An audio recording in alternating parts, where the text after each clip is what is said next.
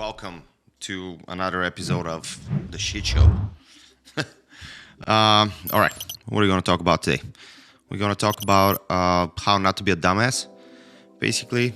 Let's see, what do we start with that? So, there's a lot of misinformation on Instagram, TikTok, and YouTube about, there's going to be shit ton of people telling you, like, hey, you know what, subscribe to my, like, $7,999 program, and I'll show you how to wholesale, and I'll teach you how to make $80,000 a month while you're asleep because, you know, money works for you and all that kind of bullshit. Like, listen, guys, I can tell right now, first of all, I'm not a life coach. I'm not a real estate guru. I'm not going to tell you how to make $7 million in 3 seconds by flipping real estate or something. This show is specifically focused on lower income deals. I mean, if you can call 300,000 or lower income, but yeah, that's what the show is basically focused on. And like I said, I've just seen a lot of information on social media. I follow a lot of people left and right, and yeah, I've seen a lot in the past month or two, a lot of accounts on Instagram. A lot of people are just basically shouting from the rooftops how good they are and all that stuff. Listen, if somebody is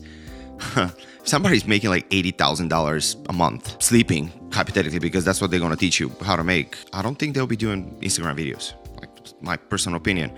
I encountered a few people from advertising platforms that want to be investors, like, you know, out-of-state investors, and they pay for like insane amount of money for some kind of programs, and they have coaches. They basically call me and be like, hey, my coach told me to do this and this and this. And they're, you know, they flip properties, they buy cheap, they sell high and all that. And my first question to these people is like, okay, so why is your coach not letting you use their resources? They're charging you a lot of money. They're charging you thousands of dollars. I don't know if it's a one-time fee. I've never actually subscribed to any of that, but they're charging you thousands and thousands upon thousands of dollars just to get you, like, sell you information technically, and then they don't let you use their resources, that their contractors, their agents, you know, all of that stuff. Like, again, do I think that this is like the majority of these people are scamming people? Yes, I do think so. In this show, I'm not doing any of that stuff, right? Like, I'm not teaching you how to make shit ton of money. I'm basically presenting you decent options on the market that you might potentially consider as a long-term investment or first-time home purchase. I can't tell you, can I guarantee you that this is the properties that I'm telling you are going to be good deals? Nobody can do that. If somebody tells, like, hey, listen, this is going to be $1 million deal, like, you should buy it right away because this is going to happen, that's going to happen, market's going to be this in 5 years and all that stuff, yeah, sorry to break it down to you, they're full of shit. It's the reality. Like, that's what it is. Yeah, if you want to subscribe to be a wholesaler, which is a completely different animal, like, if you want to be a flipper, like, a different thing. If you want to be like a developer, completely different thing. If you want to be a 5+ commercial investor, completely different thing. You know, there's so many variations of real estate investing that at the end of the day, I'm just showing you probably the most boring one, the most simple one, the most boring one, the most long-term one. And this is buying something in a currently affordable price, living in it for a few years, fix it up a little bit, rent it out to somebody else, and if you're able to save a little bit more money in future, buy another one. It's kind of a piggy bank, it's kind of a retirement savings account. Like, that's what it is. Like, it's nothing crazy. Again, it's your life. Like, I know that we're all on social media, we're all looking at the same bullshit out there. Can I tell you that, like, you cannot make $800,000 in a month by flipping real estate? I cannot. Maybe some people do it. I'm not one of them. I cannot tell you that, but I can guarantee you that I see 100 people probably on Instagram and Facebook advertising this kind of bullshit, and I highly doubt it that all 100 of them are actually successful at what they do. Are there coaches like Tom Ferry and like Ryan Serhant? Like, these guys are behemoths in the industry. Sure, like, they've had probably billions upon billions of dollars of sales on their backs. And can they be coaches? Absolutely. I mean, these guys are just phenomenal brokers, right? But they started as being real estate brokers. That's how they did. And if you actually look at the majority of the people selling shit on Instagram and Facebook, they probably don't have a single sale under their belt, you know? So again, just be careful what you pay for. Like, just be careful. Like, you know, be careful when you subscribe to, like, hey, you know, join my channel and I'm going to teach you how to be a millionaire in 3 months, only for like $6,000, but now on a promotion for $699, you know, like, Jesus Christ, come on. Like, use your brain cells, you know, like, you have few of them, like, let them click. Like, this is supposed to be, this, like, come on, common sense. That's what I'm trying to say. Have common sense. Great.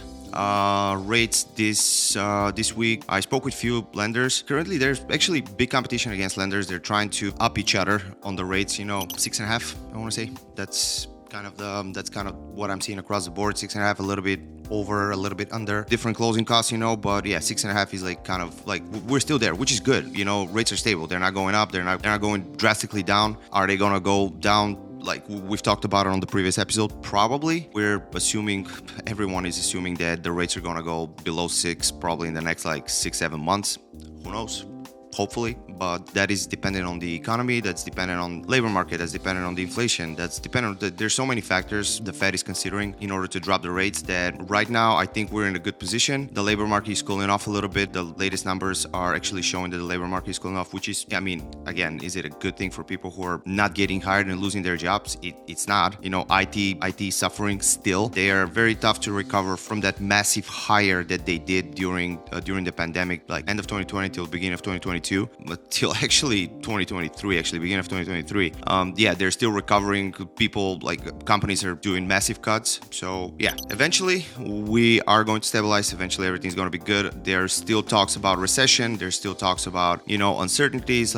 But again, if you open seven different news outlets, you're going to get 7 different pieces of information that there's going to be a recession. There's not going to be a recession. There's soft landing, hard landing, whatever landing is there, like whatever they're talking about. Who knows?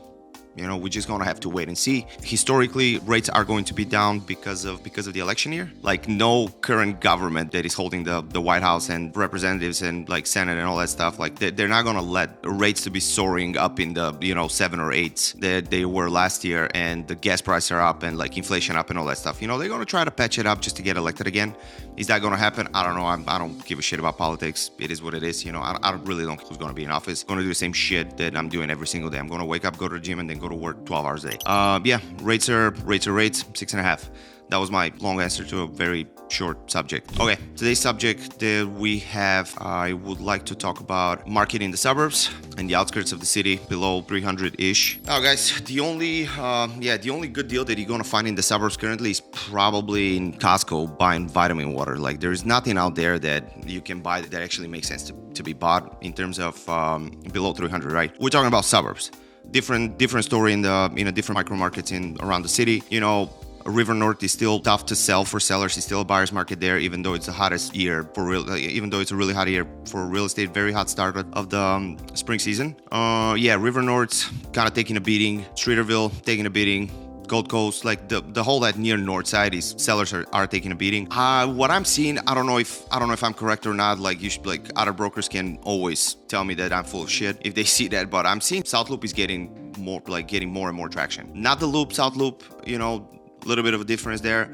A lot of difference there, but yeah, like I can speak from personal experience. I actually put 4 people under contract in the South Loop in the past month. So again, I'm not talking about anything crazy about like above $1 million or above 750. I'm talking about under 400K. Like literally younger people are moving back to South Loop, especially with the news of the 78 getting off ground. The White Sox right now, we have another thing about the White Sox are thinking about moving their stadium there, which is going to be awesome if that happens, because that whole area is just going to get rejuvenated. It's going to be an amazing news if they do that. I don't know, it's going to be an amazing news for guarantee rates. They are going to lose a massive advertising platform like with the current location, but that's going to be awesome for Chicago and downtown Chicago in general, South Loop. That's going to be an amazing news. Another thing that, before we actually get to the actual Knicks picks for the week, how to win multiple offer situations, right? There are a lot of people out there, a lot of brokers, almost like I'm guilty of that. Almost every single broker that actually started any kind of advertising to promote themselves have done a video on the whole process of how to buy a house. What is step number 1, 2, 3, 4, 5? Like there are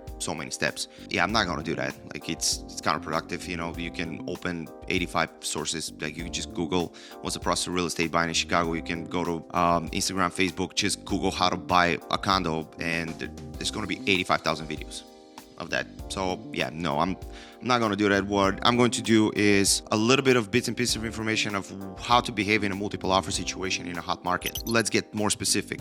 Suburbs of Chicago, buying hypothetically a townhouse in, I don't know, Bartlett. Like I have one open right here in Bartlett.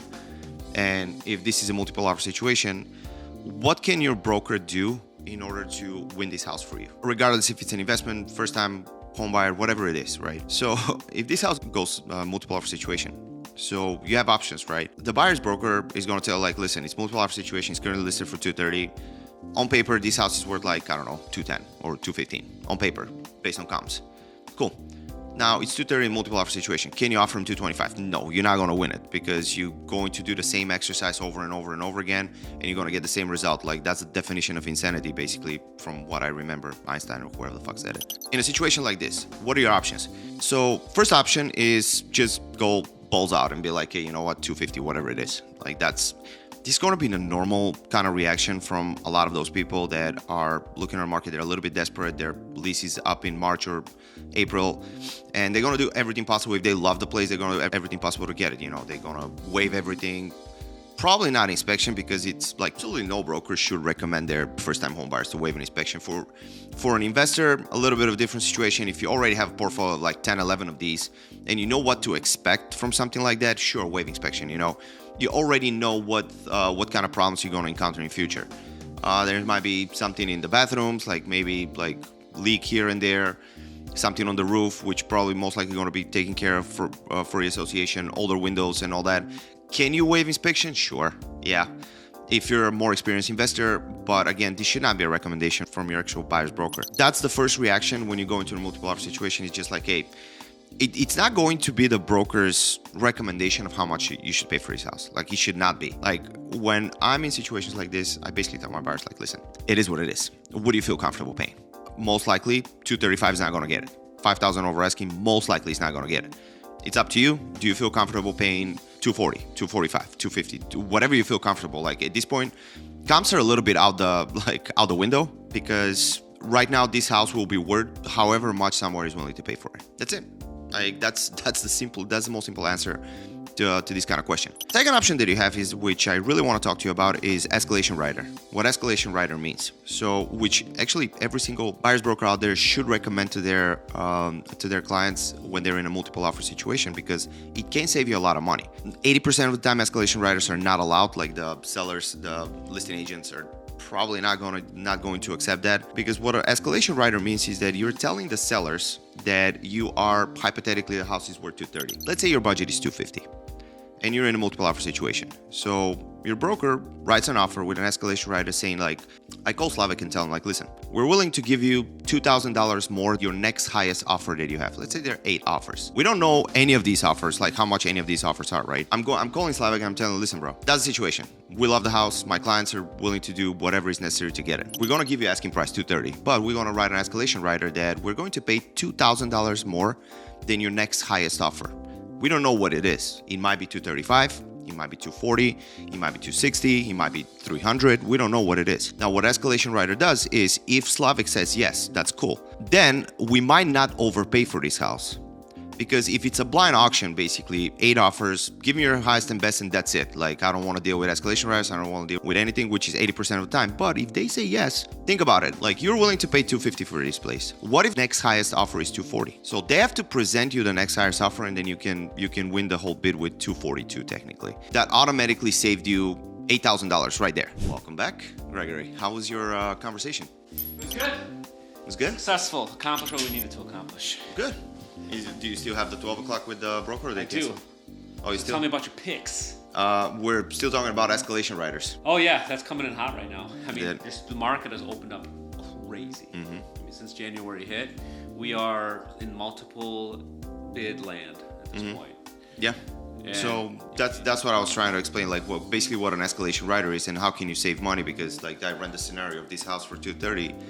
And yeah, let's get back on the point. Thank you so much for interrupting my podcast, like no always. problem. That's all I do. Yep. That's what I do.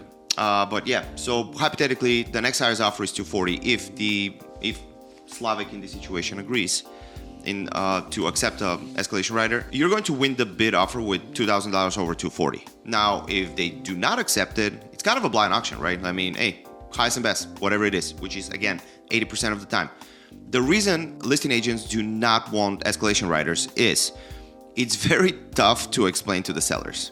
Because let's say you put a cap on the escalation rider, right? So you're allowed to put a cap or no cap on that escalation rider. First of all, with cap, let's say You tell Slavic, we're gonna give you an offer, we're gonna give you an escalation rider with $2,000 over your next highest offer, up to $250. Now, Slavic goes to his sellers and be like, hey, listen, that's the situation, that's what escalation rider is. The very first words out of the seller's mouth will be, why are they not giving us $250? Technically. It happens 100% of the time. So that's why it's very tough to kind of agree or kind of convince your sellers to take something like that as a listing agent. Now, if you put no cap, you kind of know that this might be a little bit of an unreasonable situation, because let's say hypothetically you put no cap and somebody offers $260 and then you got to give them $265, and you know that your buyer's budget is $250. Yes, but the listing agent doesn't know that. Now, what the listing agent will require is like, hey, listen, if I was on the listing side and somebody gives me an escalation rider with no cap, I would like to see a very high pre-approval and proof of funds for that. The reason I'll be asking for proof of funds is because with the escalation rider usually has, well, like it has to have a signed, little signed contract that says appraisal gap. Now, you have to weigh the appraisal gap, right? So because is this house going to appraise for $260 if you hypothetically pay for it? Probably not. Maybe, who knows? But again, by comps, we determined that this house is worth $215 on paper. They're asking $230, it might go to $245. Now, if somebody's giving $260, that's a little bit unreasonable, and I'll be worried as a listing agent. I'll be worried, and I actually advise my sellers to be like, listen, we need a pre-approval up to probably $260, $265. We need proof of funds that they can cover the appraisal gap, which might be $20,000, $25,000 cash money out of the buyer's pockets. Like if they cannot present that, why are we taking $260 when we have a much stronger offer on paper at $250? You're risking to lose on the $250 and then kind of gamble and taking a way higher offer. Now, a lot of agents will take the $260 and then they'll go back on the market as reactivated, which is not ideal for sellers. So this is basically an appraisal gap, is kind of a gamble. Like the good thing about appraisal gap also is if you hypothetically win the multiple offer situation, you can always back out. Like, don't get me wrong. A lot of sellers are basically going crazy on the price just to see how much they're going to lose it with. Is it ideal for a broker to kind of play games like this? It's not. I mean, is it fun for me to offer like $50,000 over a $250,000 house and then the buyer tells me like, you know what, we kind of change our minds, you know, it's too much. I mean, then why the fuck do you offer it then? You know, like, just be reasonable, guys. Like that's the only thing. Just be reasonable. All right. Yeah, let's go to picks of Nick's picks. Nicky Picky. Nicky Picky. That sounds so bad. Nick's pick sounds bad. No, it doesn't. Yeah. Nicky Picky. Let's keep it going down. Make it worse. Oh, fuck. Nicholas Pickles. Oh, that's Nichols Pickles. Nichols Pickles. Yeah, that's like. But we're going into the euphemism territory here, so let's not go there. Okay. Welcome to Nichols Pickles. Nichols Pickles. Yeah. All right, guys. So I'm going to give you a prime example of what overpriced property means, and like I mentioned earlier today, the only good deals in the suburbs that you're gonna get right now if you want to buy vitamin water in Costco. Like there's nothing else that you can buy in the goddamn suburbs that is actually priced well, that will cash flow you as an investor, unless you put probably 40% down at this point. Like it's just not worth it. Go buy a 2-flat, but 3-flat at this point with the money that you're gonna put for a $235,000 house. This has been on the market for one day, like literally came up today. I just saw it this morning. We expect a full weekend of showings. Okay, we get it. You're gonna get a multiple offer situation. Closing day can occur after 3/7. Like, listen, this has been on the market for 3 hours. They probably have a full, they already have a full schedule packed. There's no point of open house at this point. This house is probably gonna go for about $250. Is it a good buy? It's a good buy for a first-time home buyer. Definitely 2 and 2. It's a little bit small on the square footage. It's a little bit dingy, but guys, this is what you're gonna get right now. Welcome to February. Welcome to March. It's not gonna get better. Like, it's most likely it's gonna get better around September this year. This is the product that you're expecting to get in a decent area with a decent school district. That's it. You're gonna get carpet, you're gonna get old kitchen. If this property is actually renovated, they'll probably list it for $250 and it's still gonna go in multiple offer situations, right? Now, the comps are showing that this property, like I was running the comps for that before, previous sold last year in this area, in this condition, they were selling for about $190 to $200. Now they're gonna go with multiple offer situation for $235, so basically $240. What do you think the comp next year will be if you wait? I can tell you, the comp is gonna be $240 or $245. That's it. If somebody actually buys this house, renovates it, lives there for like 3 to 4 years, not only you can rent it out for a lot of money, but you also can sell it for a lot more money. In 3 to 4 years, those areas are just gonna be insanely overpriced. At this point, if you're not sure if you want to buy or not right now, and if your budget is under 250, just don't buy. Like, I'm not gonna lie to you, I'm not gonna here to sell you on like overpriced bullshit like this. That's what it is. You're not gonna get it. You're gonna overstretch your budget. You're not gonna win the offers. You're gonna get frustrated. Like, your broker is gonna be frustrated as well, because he's gonna be going on like road trips every goddamn weekend, scouting like 7 different neighborhoods. Just don't buy, right? If you're motivated and your lease is up and your landlord is saying like, listen, you gotta move out, rents are up 25%. So don't expect for you to find something that, like, if you're currently renting $1,500, $1,600, and you've been renting there since COVID, do not expect to find anything under $2,000. So right now, you're in the worst position possible if you're a renter. First of all, your rents are gonna go up. If you move, you're gonna pay a lot more money for rent, and you're gonna overpay for a place. That's your options. Pick lesser evil. That's what it is. Next option that we have, 342 Mulberry in Bartlett. It has been on the market for 3 days. I actually spoke to the broker. I don't think this is gonna sell that much over, just because it's 850 square feet. It's good for investment because it's in a decent, first of all, Bartlett is up and coming right now. It's in decent condition. So I don't think you need to replace anything. I don't think you need to replace anything there. It's easy to rent it out right away. Are you going to break even? Most likely going to break even. This is your best case scenario if you have a good listing agent in the suburbs. Yeah, most likely that's your situation, breaking even at this point. Great. Now we are going to think a little bit outside the box. If you're an investor and you're motivated to buy, I call them ghost listings. Basically, they kind of rush to put something on the market with no photos, barely any information. So the broker that you hire has to do a little bit more digging just to kind of confirm that, like, this might be a good investment, right? So again, I checked out this community right here. It looks a pretty decent community. 1.5 for 220 in Hoffman Estates. That's a goddamn steal. Do I know anything else about this house? I don't. This house might be falling apart. Like, it's a townhouse. It might be falling apart. I have no idea. But again, if you have a motivated buyer that is willing to buy something like a fixer-upper, yeah, that's a good thing to check. You know, it might be a waste of time though.